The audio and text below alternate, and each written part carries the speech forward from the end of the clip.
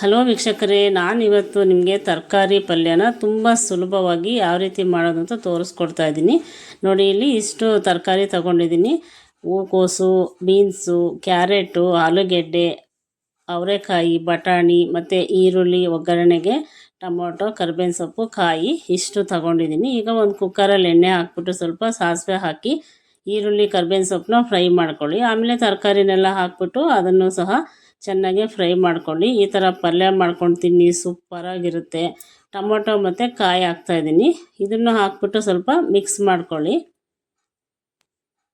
Mix ಮಾಡಿಬಿಟ್ಟು ಸ್ವಲ್ಪ ನೀರು ಹಾಕ್ಕೊಳ್ಳಿ. ಸ್ವಲ್ಪ ಇಲ್ಲ ಡ್ರೈ ಅನಿಸುತ್ತೆ. ರುಚಿಗೆ ತಕ್ಕಷ್ಟು ಉಪ್ಪು ಹಾಕ್ಕೊಳ್ಳಿ.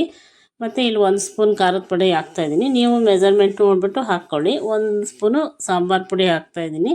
ಮತ್ತು ಇದು ಎವರೆಸ್ಟ್ ಕಿಚನ್ ಕಿಂಗ್ ಮಸಾಲ ಅಂದ್ಬಿಟ್ಟು ಅಡುಗೆಗೆ ಪಲ್ಯಗಳಿಗೆಲ್ಲ ಭಟ್ರುಗಳು ಉಪಯೋಗಿಸ್ತಾರೆ. ಇದನ್ನ ನೀವು ಇದನ್ನು ಹಾಕ್ಬಿಟ್ಟು ಮಾಡಿ, ತುಂಬಾ ಟೇಸ್ಟಿಯಾಗಿ ಬರುತ್ತೆ ಪಲ್ಯಗಳಿಗೆಲ್ಲ. ನೋಡಿ, ಹಾಕ್ಬಿಟ್ಟು ಚೆನ್ನಾಗಿ ಮಿಕ್ಸ್ ಮಾಡಿ. ಮತ್ತು ಮ್ಯಾಗಿ ಮಸಾಲ ಅಂತ ಸಿಗುತ್ತೆ ಪ್ಯಾಕೆಟು, ಅದನ್ನು ಸಹ ಒಂದು ಅರ್ಧ ಸ್ಪೂನ್ ಹಾಕ್ತಾಯಿದ್ದೀನಿ. ಇದು ಸಹ ಹಾಕಿದಾಗ ಒಳ್ಳೆ ಟೇಸ್ಟ್ ಕೊಡುತ್ತೆ.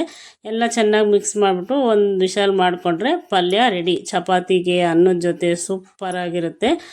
ಯಾರೆಲ್ಲ ಹೊಸಬ್ರಾಗಿದ್ದರೆ ಸಬ್ಸ್ಕ್ರೈಬ್ ಮಾಡ್ಕೊಳ್ಳಿ.